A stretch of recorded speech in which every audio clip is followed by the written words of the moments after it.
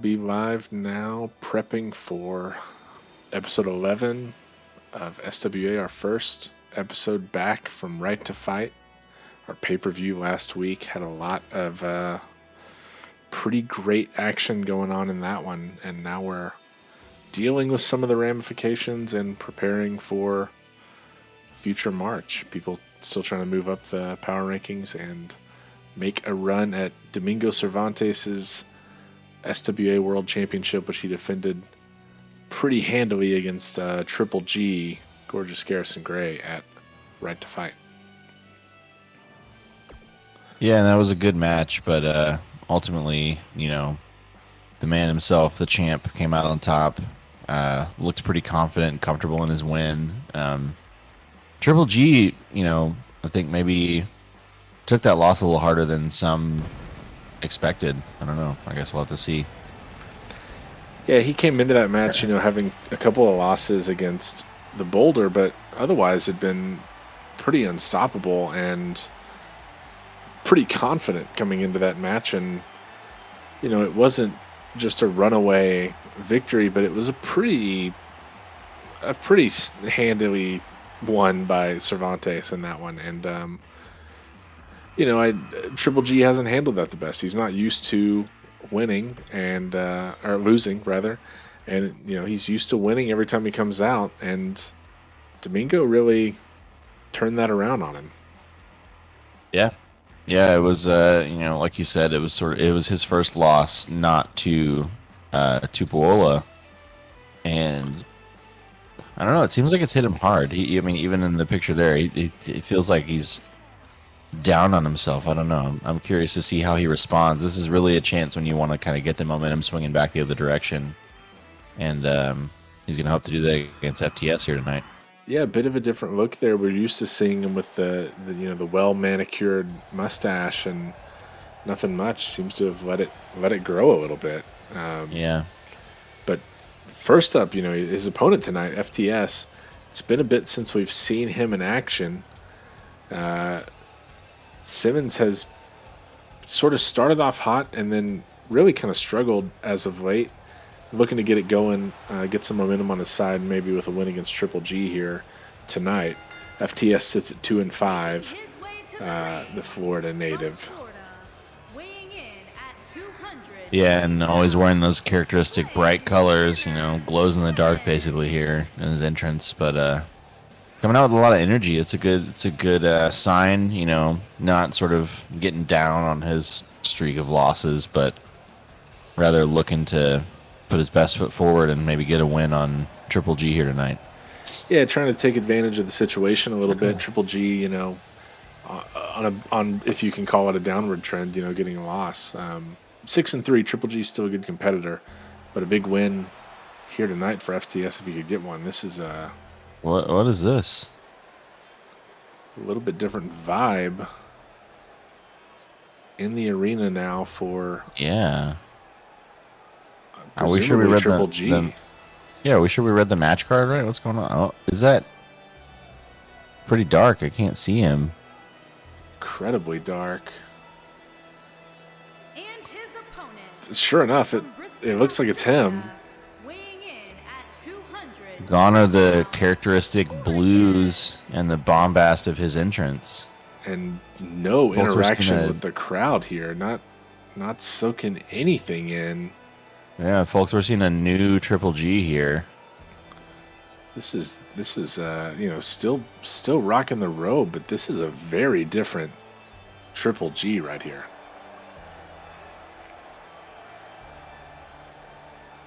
I don't know if this is focused or more concerning.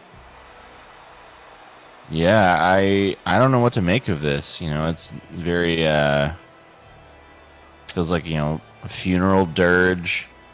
I guess you could call this grieving Garrison Gray. I guess like we said, he seems to have taken these losses, or this loss singular, really hard. Certainly a whole new Triple G. We'll see what he brings here. He's contesting against the vibrant, almost highlighter-esque FTS. There's certainly a drastic change between these two. And a big overhead belly-to-belly suplex to start off. Gray still aggressive and skilled in the ring, it seems, even if his demeanor has changed. Looked for a quick pin there, but FTS able to grab the ropes. A good rope break for him, but yeah, Triple G has come out all business here.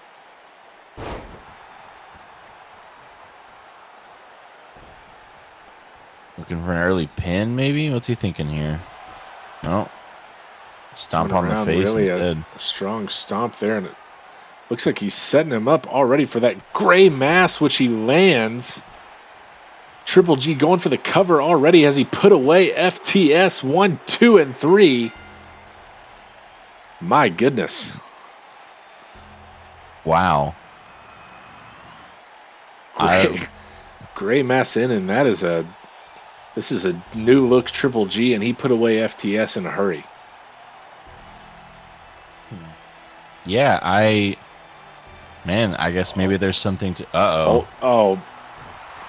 Enough is enough. He put him away in near record time, and he's going back for more.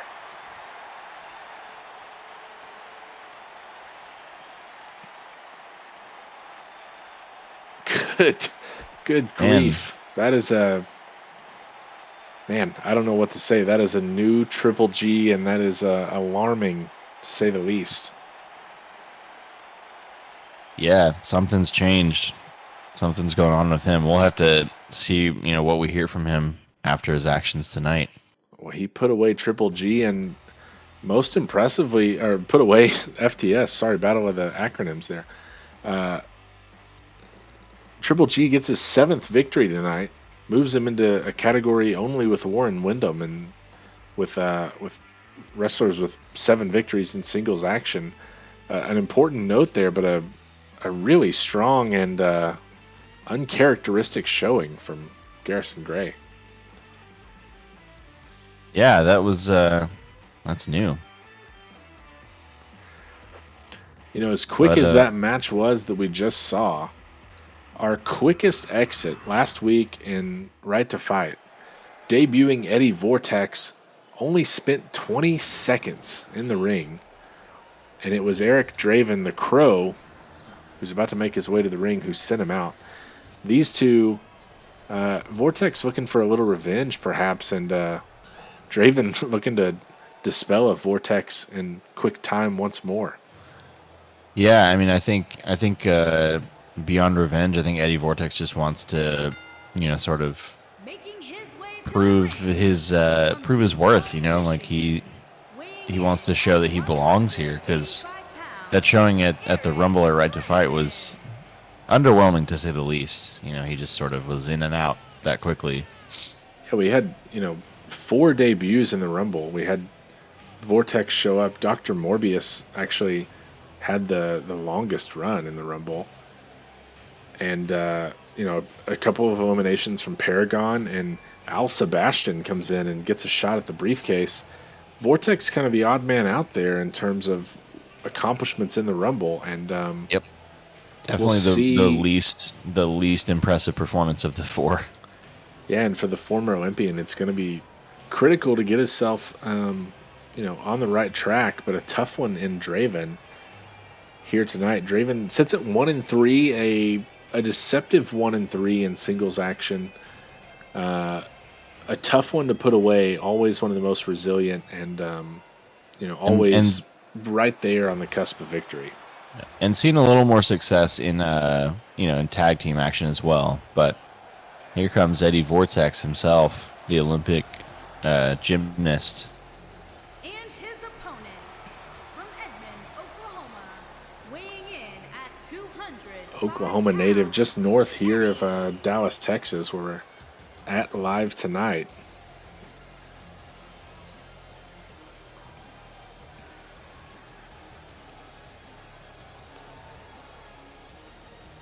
Vortex will be hoping for a longer showing. We'll see if Draven can put this one away in 20 seconds again. Certainly what he'll be looking to do, the Crow. Yeah, and Vortex here with a little interesting getup. This little cut off hoodie and a crop top T-shirt, and some face paint to match, and that's about all he's got. No shoes, which is also an interesting choice, but we've got sort of an interesting mix here, and even in our first 4 competitors, we've seen the sort of vibrant attire of FTS, the really dark, sort of moody attires of both Triple G and Draven, and then right in the middle, we've got the kind of muted, neutral tones of Eddie Vortex.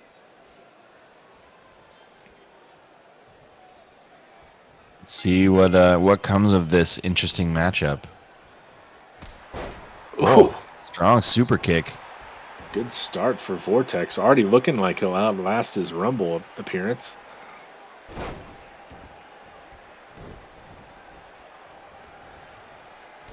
Draven misses there. The kick connects, and how about a clothesline as well? Wow, and a standing shooting star press. Impressive athleticism. Going up to the top already. Vortex quickly looking to move up to the high rent district here, waiting for the Crow to get to his feet. Oh, wow. Ooh. Okay.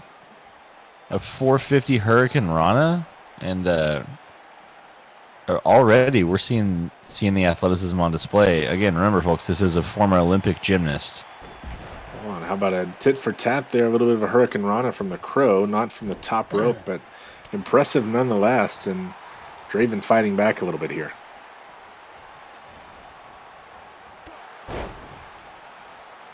Nice kick, takes down Eddie, center of the ring. He's going to counter back to his feet, though. Nobody home on that one. Yeah, whiffed on that drop kick, but taking some strikes now from Draven, who looks like he maybe wants to slow it down a bit. Little headlock here for Draven. You know, he took a moment outside to catch his breath, doing the same here. But a nice counter into a standing headlock from Eddie Vortex. These two back on their feet now. Are you looking for oh, wow, okay. Thought maybe a suplex turning into a power bomb. A lot of strength on display, too. You know, yeah, some surprising power. Draven is, you know, I think a cruiserweight. He's one of the smaller guys on the roster, but he's got a significant size advantage on Vortex here. And so to see that sort of, you know, manhandling is pretty impressive stuff. Vortex going out to the apron. He's thinking here.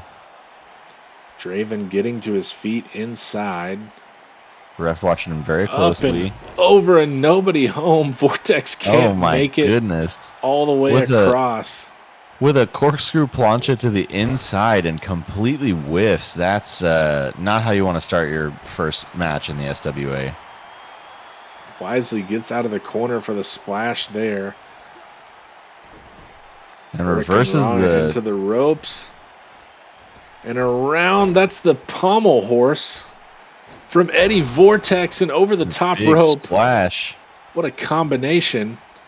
That pommel horse is, you know, the tiger feint kick. And famous in Japan. And also a certain luchador out of San Diego, California.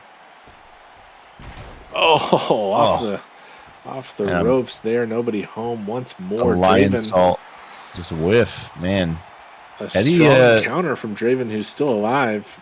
Probably lucky he missed that corkscrew crossbody, but got all of the pommel horse, and he's setting up Vortex here. Big black mass there from Crow, and has he put away Vortex now? Oh! No, sir. No, Shoulders he hasn't. up at 2. We've seen some of the best from both sides here, and we talked about the resiliency of the Crow. Seeing a little bit from Vortex here, and another standing shooting star there. Yeah, the styles are not too different between these two from what we've seen in the match so far. An atomic drop and a little extra something on the giblets there. But you know, I have to say I've been impressed. Big spear by Draven with the big spear.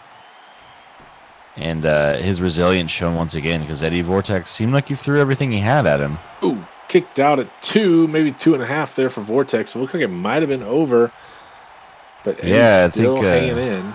Draven unhappy with the speed of that count there, asking the ref to pick it up a little bit. Well, this looks awful familiar. Sets him up for it, puts him down. Could be it for Vortex. Has he put him away? Yes, he has. The Crow puts away Vortex for the second time, this time in a singles match. Not the debut that Eddie Vortex was looking for.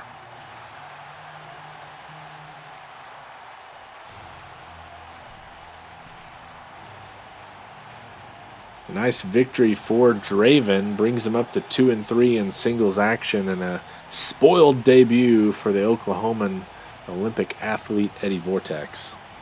Yeah, I gotta say he showed some promise. He's pretty athletic, as we talked about. He's got a lot of flippy shit, but you have to connect with your moves. The acrobatics are really fun to see, but if you don't connect with the moves, then you're just flipping all around for your own benefit. And I think that was kind of what did him in. Yeah, Vortex whiffing on that plancha. Went way across the ring for that corkscrew crossbody and just not hitting that. Still got in the pommel horse after that, but it wasn't enough to put away Draven. And we talked about the resiliency of the Crow. It was on display once again as we get ready for our third match of the night. Moving through them quickly tonight. We've got Benjamin Goldenberg taking on the Machine. Yeah, and the Machine, recently enlisted the services of Art Vandelay to kind of be his corner man. It's an interesting choice. I think the Machine, seeking some guidance and some help makes sense because he's been on a bit of a skid and he's kind of struggled to see some consistency. But picking Art Vandelay is an interesting choice because this is a man who has not ever come close to winning a wrestling match. So why he would have the insight that you need, I don't know. Maybe he's got a mind for the business and just not the athleticism. I'm not really sure. Yeah, I guess we'll see tonight. I think certainly, Vandelay provides, at least something on the mic, a bit more of a mouthpiece for the Machine, who's been relatively quiet in his SWA tenure. As we saw from some of the promos earlier today, we saw Vandelay stand in for the Machine and make some pretty big promises about the Machine's future. And a match tonight against Goldenberg, a win here could help him climb up the rankings a little bit more. He sits at 3-4 in singles action.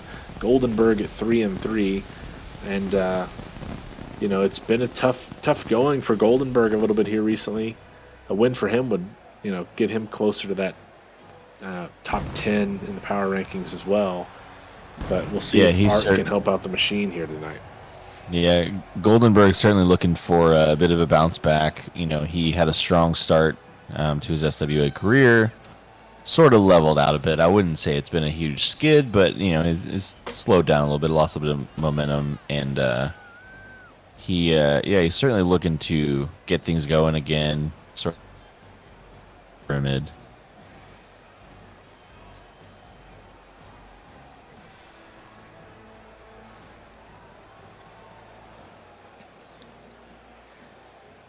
A pretty comparable size matchup. The Machine does have 6 inches in the height department, 6'11 versus Goldenberg 6'5, but 285 for Goldenberg, 275 for the Machine. A couple of heavyweights here. That's a deceptive size difference, I gotta say, because I would not have guessed that the Machine weighs 10 pounds less than Benjamin Goldenberg. Yeah, much like his manager Art Vandelay, I'm not sure if those weight tallies are self-reported or not, but Vandelay, a cruiserweight, certainly looks that way next to the Machine, but maybe not against some of the other smaller competitors on the SWA's roster. Yeah, he always was a very round cruiserweight. The Machine, of course, literally packing a punch. We've talked many times at this point about how he has often flirted with great success, only to fail to connect on that Machine takedown, and often that spells his doom. Whiff on a big punch, and then your opponent turns the match around on you. Maybe that's Vandelay's role here, is to help him spot those moments where the matches kind of turn on him. I don't know. Curious to see how Vandelay is able to assist the Machine here tonight. Strong start for the Machine. Going right at Goldenberg.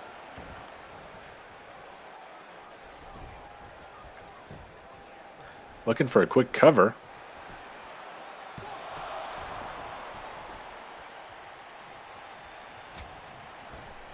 Wasn't Really sure that was going to be aggressive. enough, and certainly wasn't. Now, Machine's got him draped on the second rope there, applying some pressure, some weight to the back. He's coming out very aggressive tonight, I gotta say. It's a man on a mission we've got right here. Goldenberg and the Machine both had 2 eliminations in the Rumble. Not bad showings from either one. Machine had a much more favorable entrance at 26, but wasn't able to last long enough. He did give us 6 minutes in the ring to Goldenberg's nearly 5. Pretty similar showings and pretty similar resumes for these two so far. And a nice reverse DDT there by the Machine, is looking to get back on top. Dropping that huge knee into the back of Goldenberg. And again with the stiff strikes, but a chop block. That's one way to get the Machine down to the mat and eliminate the size, the height advantage. Take his legs out. It's interesting. You know, we mentioned the weight being very close. You're kind of seeing that here, as Goldenberg does not seem to struggle to lift this large man, the Machine, who I believe is the largest man on the roster, at least height-wise. Yeah, height 6'11", definitely the tallest. And he's one of the biggest. But it's impressive work, and now the Machine just staring his opponent down. That's an interesting choice. Like he was daring him to get to his feet, and Goldenberg obliged and takes advantage, looking for a cover here. Machine's going to get out of that one pretty easily. 1 count there. Goldenberg delivers a punch. I don't know if you want to trade punches with the Machine, but if you're the only one delivering them, proposition. It works out. Nobody home in the corner, and again a big, just hoisting the Machine. Big move by Goldenberg down there. Across the chest on the top rope. Machine's out at 1 once more. Rolls away from that one back to his feet.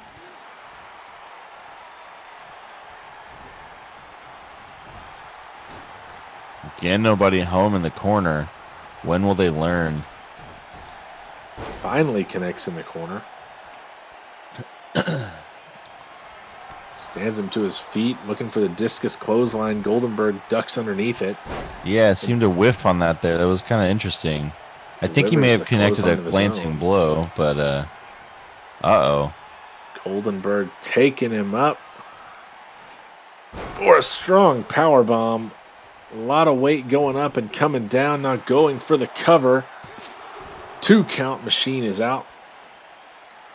Machine going to need to turn things around here pretty quick. He's in dangerous territory. Goldenberg stalking the Machine as he gets up, and he's got him up, looking for that tombstone piledriver, driven down on the head and neck. And you can see Vandelay even reacting to that one, grasping his own head.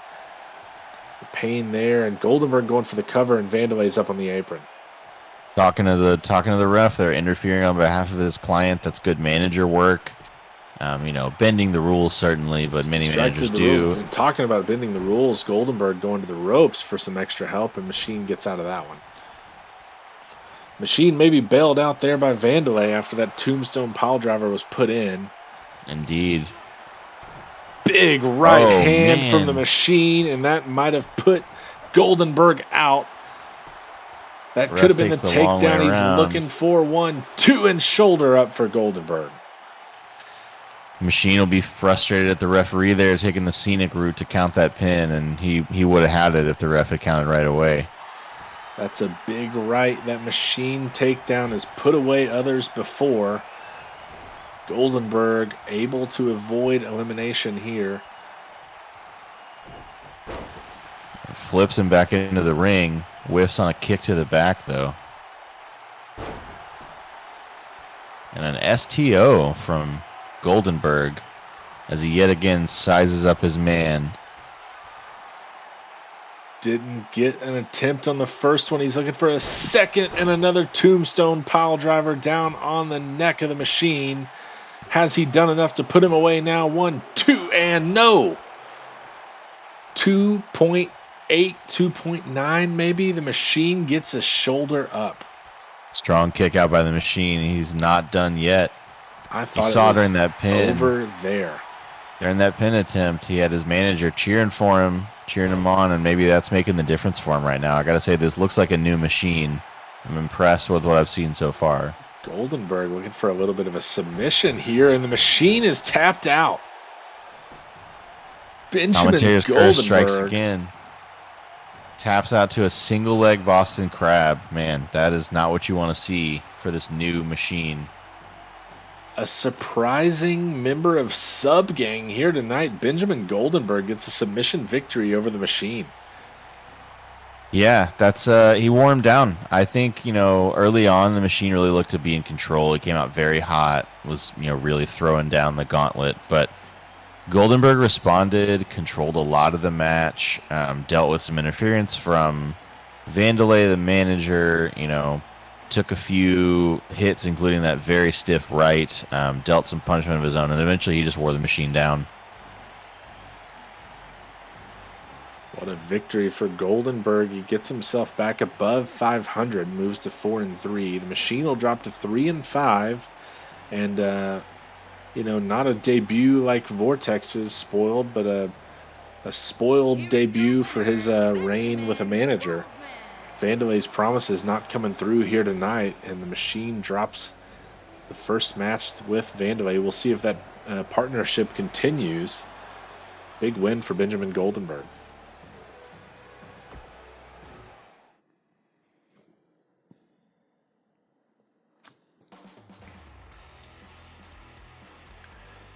Just speaking of managers, right through them tonight. Yeah, we're told that Daniel Drake Thomas is going to be accompanied by Tomio Yamaguchi tonight. The Fed has been on the lookout for talent that he deems at a higher level, and maybe he's found it with Yamaguchi. Yeah, not many people at a higher level than Yamaguchi right now. He has not lost since I believe the initial tournament. That's correct. Yeah, had 5 in a row since that point. Had several wins against good opponents. He was the second to last person in the Rumble. Looked great overall, and so I can't blame DDT for picking him as the sort of talent he wants to ally himself with. Certainly a good one. DDT looking to get his 5th win here tonight. He sits at 4-3. The Ace looking to do the same, though. A like record, 4-3 for the Ace as well. And the Ace was the first entrant in the Rumble and had a couple of eliminations, was eventually sent out by the Boulder, but almost 11 minutes for the Ace in the Rumble, one of the longest surviving entrants. Yeah, he lasted a long time, and you got to wonder if he's still feeling that even now. I know it's been a week, but, how sore is he? How tired is he still? That was fighting for his life for a long time. Almost the hometown star here from Houston. Here in Dallas, the Ace looking to get himself going. Wasn't able to run the table in the Rumble, but a win here tonight would give him his 5th and maybe get him back inside the top 10 of our SWA power rankings. DDT looking to do the same. See what sort of effect having Yamaguchi ringside has for DDT. Sure, and I think you make a good point. Both of these guys just outside the top 10 of the power rankings. Both look like they have a good case to move up into that top 10 with a win here tonight. So this is a pretty high stakes match. It kind of puts you in that top echelon of contention for the World Championship. And talk about a path for both of them. Coming out of the initial tournament, the Ace and DDT might have been 2 of the hottest superstars in SWA. At the time, DDT had the fastest match on record, dispatching a Gonzo McLovin in record time, and the Ace, made a run into the quarterfinals of that tournament, one of the last remaining entrants before being eliminated eventually. Since then, they've not had quite as much success. Both of them have picked up a couple of losses since then, but records above 500, right inside, right around the top 10. in our power rankings, and a win tonight would go a long way for both of them. Yeah, definitely, sort of a bit of a rebound, get your momentum back, the sort of things we talk about a lot. But you make a good point. Both these guys had strong showings. DDT no longer in possession of that fastest match record. But nonetheless, a very dangerous competitor, skilled submission technician who has now partnered himself with another person who's very good at similar things. So maybe even, adding more skills to his arsenal. The ace needs to watch out here. Yeah, we know that DDT will be looking for a submission. We just saw one, a surprising one from Benjamin Goldenberg. It would not be surprising to see one from DDT here. That's not necessarily the ace's game. He's going to be looking to put away DDT with some offense, and Yamaguchi already getting involved. Some chatter between these two, and DDT takes advantage. Yeah, distracting the ace after that standing moonsault, which I think was a clever play and gave DDT a chance to get back to his feet, get some offense in. See if he can get a little momentum going here. The ace having none of it, though. Well scouted on the offensive end. No one tonight having any success in the corner. No one seems to be watching from the back and figuring that out. Everyone's still going for it. DDT starting to go to work here on body parts. Getting a little creative with it. Arms and just wrenching against them.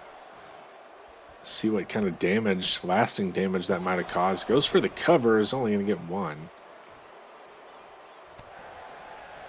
Big uppercut, my goodness. Knock a couple teeth out with that.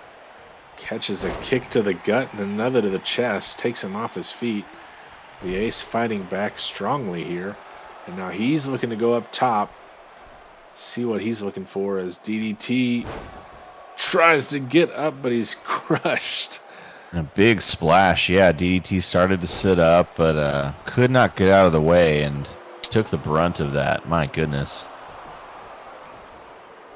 Not going to be enough to keep him down, though. Once again, Yamaguchi and the ace going at it here, and once again capitalizing his DDT. Yep. Little reverse double underhook action. With that suplex over his head and going to work on the arms, it seems. And looks like a chair has appeared in the ring. We've got a chair in, and I'm not too sure that didn't come from Yamaguchi. Yeah, I mean, I couldn't see, but it just sort of seems to have appeared. We'll hope that nobody's going to, use it and break any rules. Disqualifications are, I believe, enabled in this match, so that would be, a reason to DQ one of these competitors. Rope break there as Ace gets his leg on the rope, and DDT goes for a cover. DDT already working that slow, methodical style, and the ref disposes of the chair. Yeah, ref seems to have found the chair. No one's going to be using that one here tonight. DDT's got the ankle locked in, and the ace is tapped out. Yamaguchi celebrating on the side, and DDT gets himself another submission victory, his 5th victory in singles action. A nice win here over the ace. Yeah, I think this is an example of a good partnership. I'm interested to see if these two continue to partner going forward in this sort of match. Obviously, they've announced that they're going to be wrestling as a tag team together, and I think that's got potential for exciting stuff. But even managing one another on the side, we saw DDT put away the ace with the ankle lock, and Tonio Yamaguchi, also an aficionado of the having a partner who knows find creative ways to get into those moments. It's a good skill to have, and also he's clearly not afraid to get in the mix of things from the side. Yeah, and Yamaguchi got involved subtly a couple of times here tonight and distracted the ace enough to give DDT a bit of an advantage. Yep, also, he was able to get some offense in both times. A bit sinister, tossed that chair in. It didn't come into play, but DDT gets a submission victory, our 2nd in a row, and there's a possibility for a 3rd here with Slate Stone taking on Jamie Quinn. both known to lock in a submission of their own. Singles action between these two tag team members, Jamie Quinn and his brother Noah at Right to Fight won the first ever SWA Tag Team Championships against Slate and his brother Onyx via disqualification. And I don't believe the Stones were too thrilled about that. Tonight they'll get a little bit of a chance here in one-on-one action to maybe get some revenge. Yeah, controversial win for sure on the part of the Quinn brothers. But, I mean, we even explained it as the match was going on. Because the belts are being contested for the first time, disqualification was a valid way to win. Now, going forward, champion's advantage means that the title will not change hands on a disqualification. But that was not the case in that initial match, and the Stones are not happy about it. Unhinged have really made their opinion known, and that is definitely part of what led to this match here. They are looking for some measure of vengeance, and I think, Slate just wants to really, put the hurt on one of the Quinn brothers. Yeah, and it was Slate that ended up being disqualified as he ended up fighting outside and wasn't able to get back in the ring in time, and the Quinns were. We'll see. That shouldn't be a problem here tonight with one-on-one action. No partner to help you keep the other outside and get a disqualification. Yep. But yeah, that's a good thing to note too. We have a couple of tag team wrestlers, both of whom are wrestling without their tag team partners. This is one-on-one, no managers, nobody accompanying them, and it's going to be a little different experience for both of these guys. So we'll see. Jamie Quinn repping one half of the SWA Tag Team Championships. Coming to the ring with that brand new strap. One at Right to Fight. Looking to prove that it's deserved here tonight against Slate Stone, who's looking to do the opposite. Make a case for perhaps a rematch if Slate can dispel of one half of that championship winning team.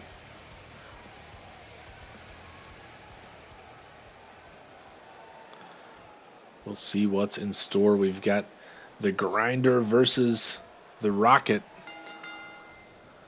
Slate Stone versus Jamie Quinn.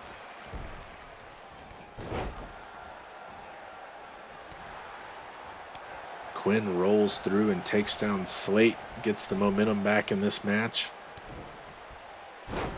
And a big DDT there. Already going for a pin. The cockiness. Just not even quite a one count. Maybe.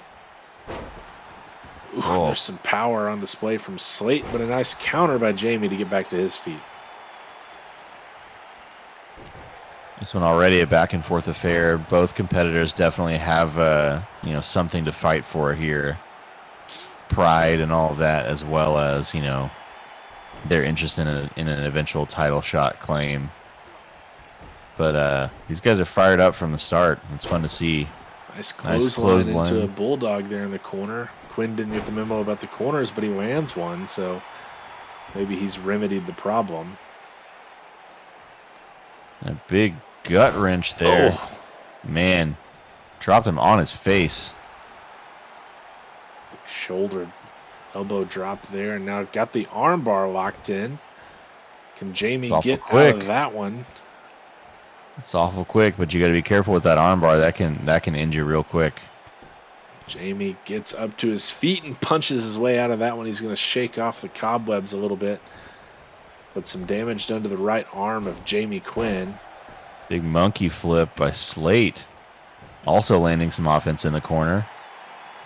And the ref taking the longest possible route. And really wanted the better view of that one. Going to get no chance there. Had to stop at the gas station for snacks on the way to that pin count. Some work being done on the leg of Slate Stone there by Jamie Quinn. Could be setting him up for that figure four later on. Yeah, definitely doing some limb work. Both these guys' submission specialist, as we talked about it, so we're going to see a lot of targeted limb work, which is how you set someone up for your eventual finisher. Right-handed off the rope. What's he thinking here? Big suplex, it looks Oh. like. Oh, a big exploder to the inside. Off the second rope. Some call that Brett's rope. And Quinn is just right back to his feet, though. A lot of good counter action from Jamie Quinn. And some from Slate there as well, getting out of that DDT. Yeah, it looked like it was all but over there, and he gets out of it.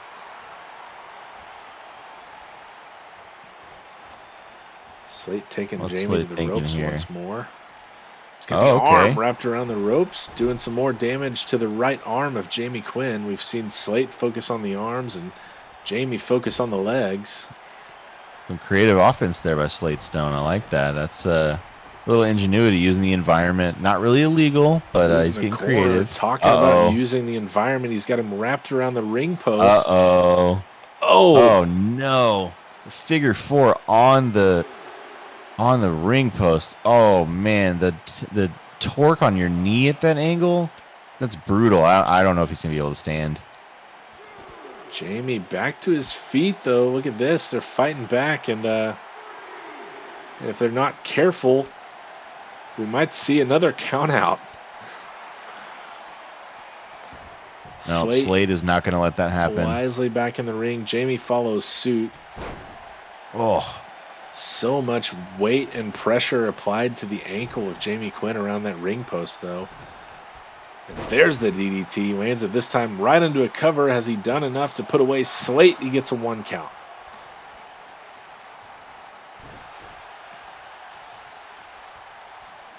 Now wrenching on the neck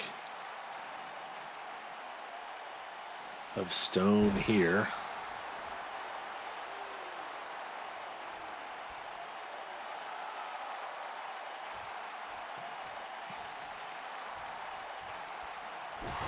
And another counter, and both men back to their feet. Nobody home for that running cross body there, and Jamie's going to work on the arms of Stone now. Gets another 1 count on the pinfall attempt. Man, after that figure 4, I really thought that was going to be it, but Jamie's really turned the tides here, lands the DDT. I'm blown away. I'm really impressed with his resilience. Slate on kind of a bum leg. Slower here, and Jamie taking advantage, tosses him to the outside. And he's going to follow him out. And this one's spilling outside the ring once more. And Jamie's going to send it right back in. Good to see both wrestlers here tonight not interested in this being a count out.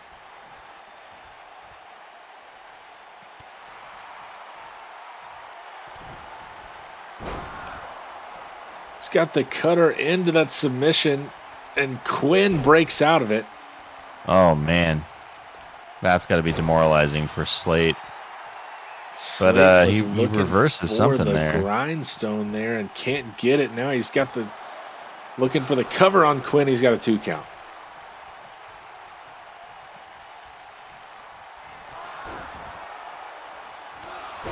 Couple of clotheslines and a big kick from Slate Stone. Quinn's bleeding there. Sure enough, he's busted open. Looked like he was going for a pin, but he transitions it. He's got the arm and the leg wrapped up here. Sort of an arm bar with a leg attached. My goodness. Center of the ring. Does Jamie have anywhere to go? It's locked in the full Slate, and he taps out Slate Stone with the victory. Impressive work by Slate Stone. Impressive work. 3 straight submissions here tonight.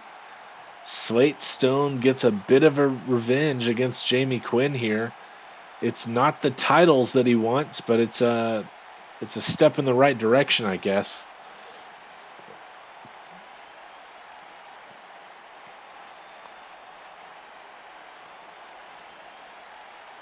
Jamie busted open in that match. And it's the full Slate that Jamie eventually taps out to, pressured on the arm and the leg for the submission from Slate Stone.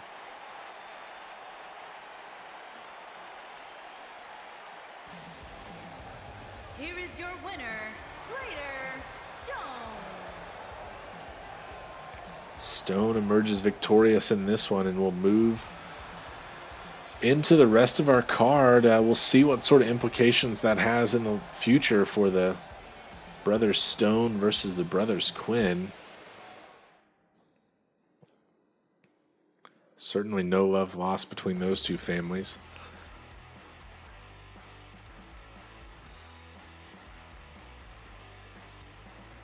Next up, we should have another good one in store. It's the Boulder. Tupelo taking on Captain Tiger Marsh in our second to last match of the night, flying through them so far. The Boulder sits at 5-3, and Marsh likewise sits at 5-3. Right inside our top 10 in the power rankings, number 9 and number 10 respectively. Both of which are looking to move back up. For the Boulder, it was a incredibly hot start. Picked up most of his victories in the inaugural tournament. Made a run all the way to the finals before being dispatched by Warren Wyndham. Notably has 2 wins against Triple G, but has had a tough run since the tournament, hasn't really been able to get it going. Marsh, on the other hand, started off slow, got hot, and then has cooled off a little bit again. 5-3 for Marsh. He won 4 of those in a row before dropping to Triple G in what turned out to be a match to decide who would face Domingo Cervantes at Right to Fight. Marsh unable to get a victory in that match. Lost that title opportunity. Looking to dispatch of the Boulder here tonight to get himself back on the right track and towards a shot at that title. The Boulder doing the same. Wasn't able to take down Wyndham with a shot at the title on the line, but if he can climb back up the rankings, maybe he can get a shot at Cervantes or whoever is the title holder at the time, as Marsh makes his way to the ring. And his opponent, from Illinois, weighing in at 253 pounds, the captain.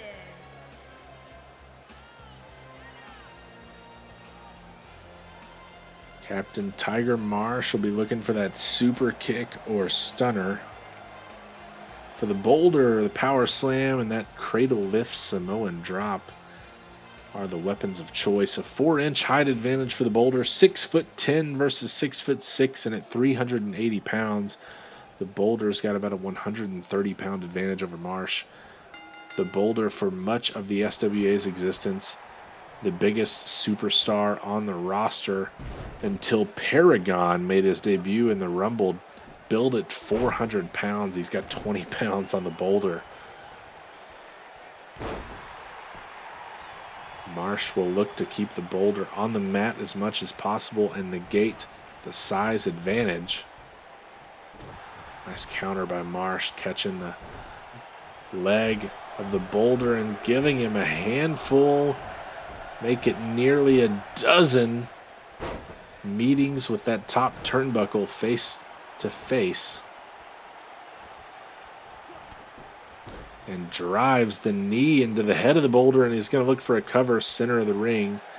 And the ref, looking for a better angle of this one, gets a 1 count.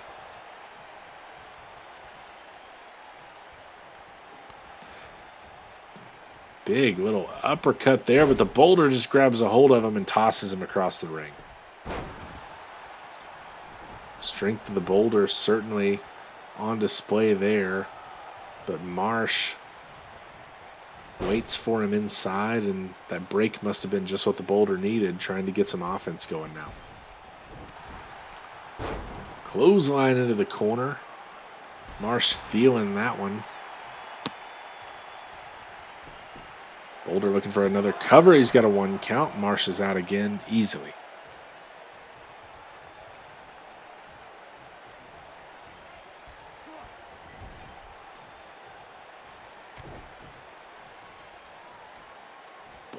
just tossing the captain around. Tiger Marsh, a heavyweight, 6'6", 253, and he's being tossed around like a rag doll by the boulder. The strength of the super heavyweight on full display. There's a sidewalk slam. More damage done to the back of Captain Tiger Marsh. Not even a 1 count there as Marsh is out immediately. Some resiliency on display, but the boulder has been in control here, and Marsh fights out of that choke slam.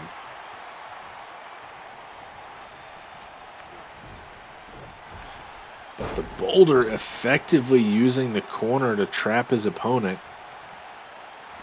Stomps on the face.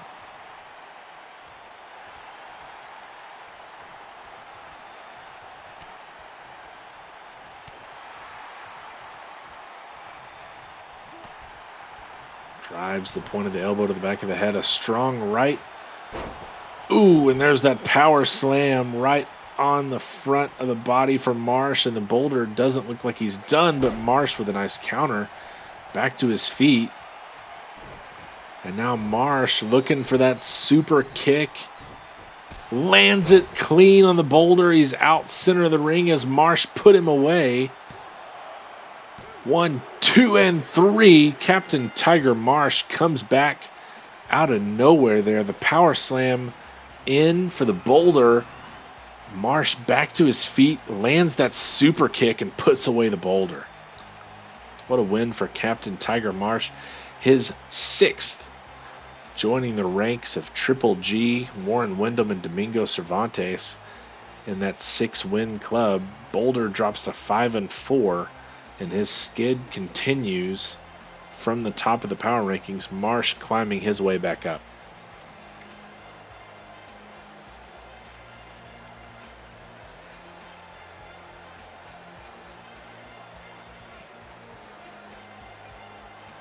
Puts him away, drops him dead center of the ring. That's where you want him. No chance of getting to the ropes there. Boulder not able to get out, and Captain Tiger Marsh with a big victory. Here tonight, going to move up the power rankings a bit with that one for sure.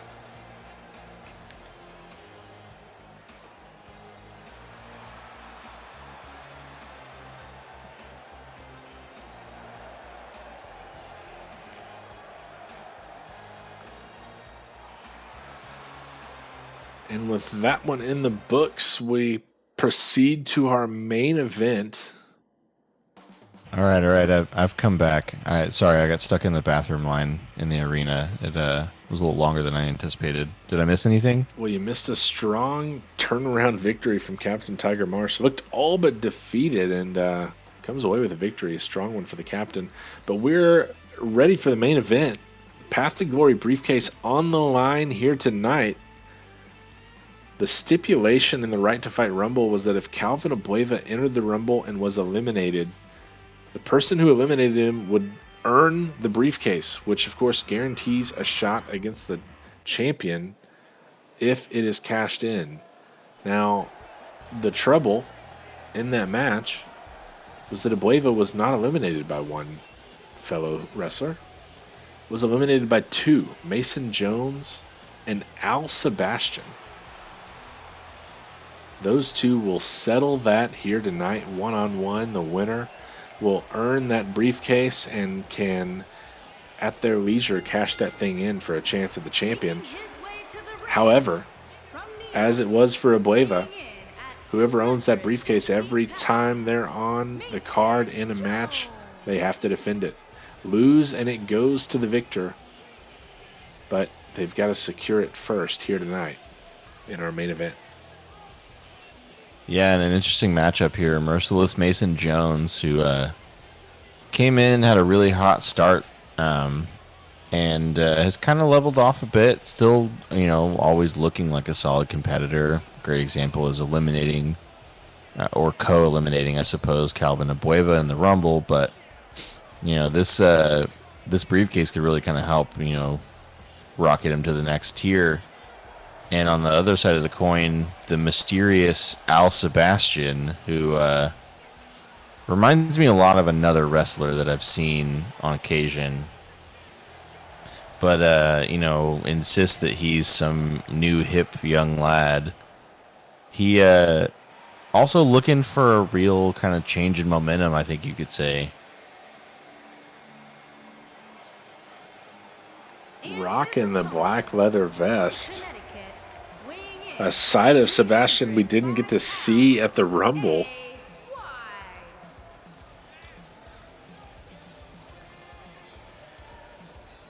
Yeah, and this guy looks like a changed man. I guess you could say that much. Competing about with Triple G on beard growing, it seems. And a difference in showcases in the Rumble. For Mason Jones, it was a 10.5-minute tenure, one of the longest of the night, and he had the second most eliminations, 3.5, given the dispute with Abueva here, second only to El Puma, who won the Rumble with 4 eliminations. On the other hand, Al Sebastian only lasted just under 2 minutes and had half of an elimination. But it was the most important half of an elimination you could have, a chance at the Path to Glory briefcase with a chance at the title. He certainly made it count, and that's efficient, if nothing else. Big Seeing elbow some there from Sebastian. Some aggressive offense here from Al Sebastian as well. Pop-up Meteora from Mason Jones. Not really sure what to expect out of the offense from Sebastian. We didn't get to see a ton in the Rumble. No information on kind of the measurables here, but I'd say he looks a little bit taller than the 6'3" Mason Jones, and I don't think I'm going to offend anybody by saying he looks a little bit heavier than the light heavyweight Jones as well. Yeah, I think Al here is like a solid heavyweight. But he came out aggressive and now is really taking a beating from the fellow with the ripped pants. Definitely a difference in styles of pants here. The ripped red leather and the neon pink kind of animal print is certainly a look. Whiffs on a big boot there. It's not what you want to see. And a strong bulldog there from Al Sebastian.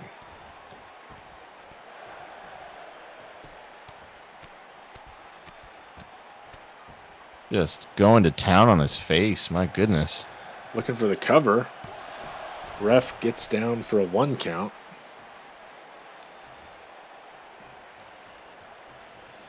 And Jones able to get out of that, but just looks lifeless out there right now. Sebastian's going to give him a little bit of an alligator roll into his side headlock there on the mat.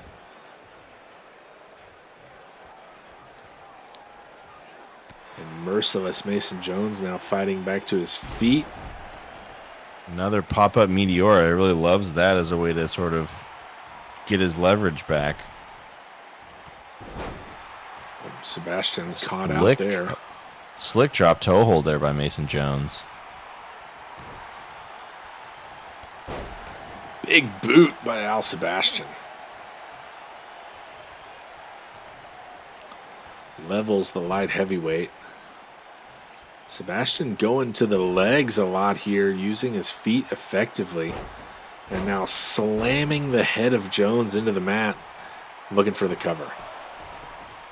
Quite an aggressive, kind of violent display here by Al Sebastian.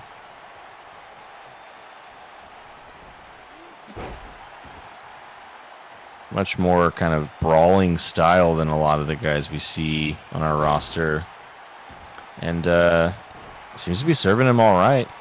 Yeah, it's a little bit more of an old school style from the very otherwise, hip and modern Al Sebastian. Yeah, it's interesting. Like he wouldn't feel out of place, in very old school kind of wrestling. Just really stomping a mud hole in Mason Jones right now. Yeah, he's got some anger issues he needs to work through, it seems. Oh wow, some alligator rolls here. Very technical work by this big angry brawler guy. So far, a strong showing from the SWA newcomer. Really going to work and maybe tiring himself out, however. Kind of dropped back down to a knee there. Repeatedly stomping and rolling your opponent can really take a lot out of you, and Sebastian's been at it for a while here. Pretty sure he's already outlasted his SWA Rumble appearance. So this is the longest look we've had at Sebastian. Jones now fighting back, taking this one to the outside and sending Sebastian back in.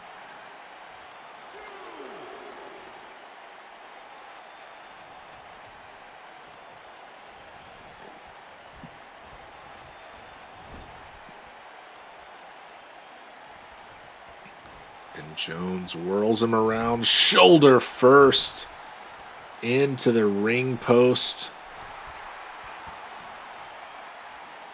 Driving the boot off the face of Sebastian in the corner. Now he's looking for a cover. Has he done enough to put away Sebastian? No, it's a 1 count. Not even close. For Big Al here.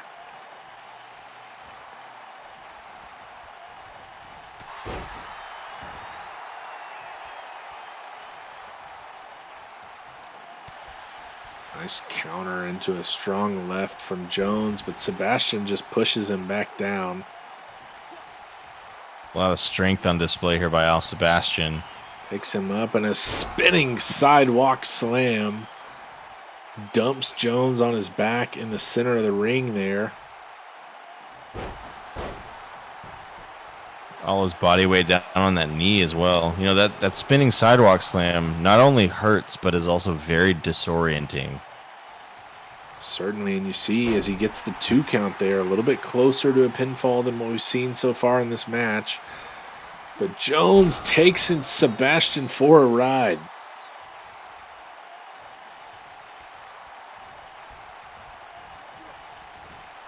Irish whip off the ropes, catches the arm. Wrenching on it a bit, but Sebastian with a trio of gut punches to break that hold. Back and forth action here. Currently in the discus clothesline. Folds Sebastian in half. Looking for the cover. Can Sebastian get out of that one? 1, 2, and shoulder up. No. Looked like it was over for Sebastian, but he's still in this one.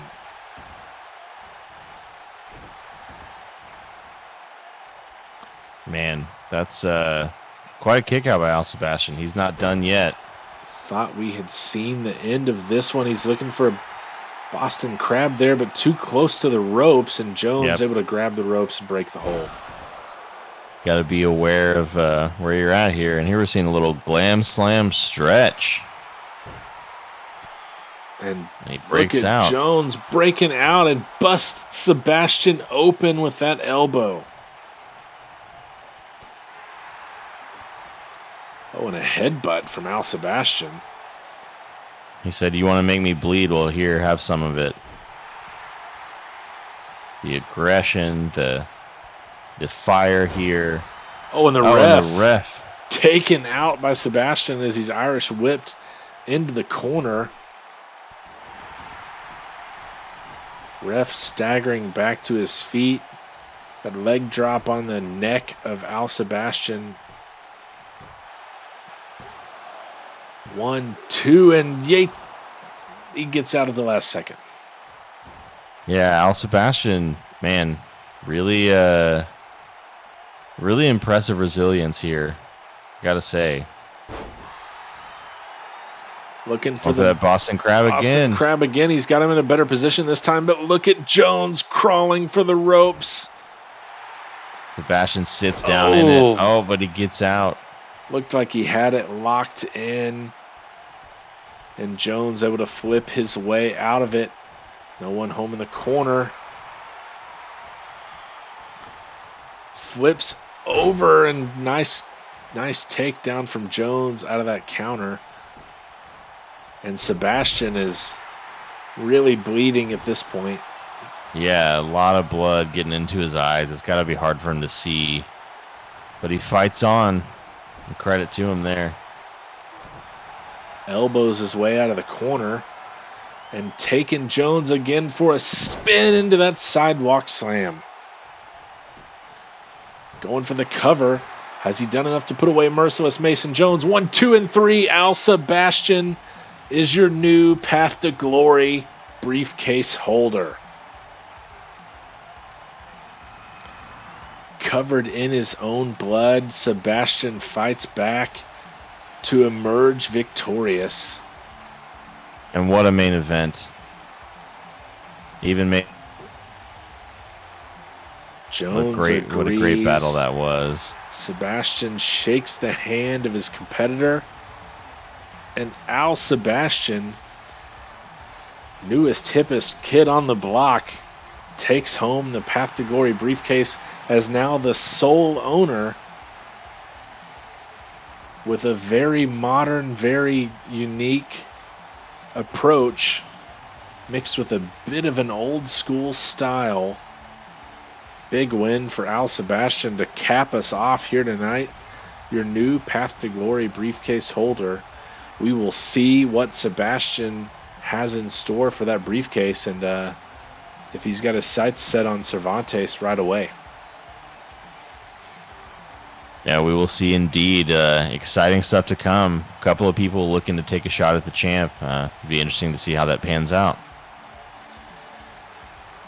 Another strong night of SWA action. We thank you for joining us here tonight. We saw a revamped, I don't know what you want to call it, a new Triple G dispatched of Flynn Turner Simmons in near record time.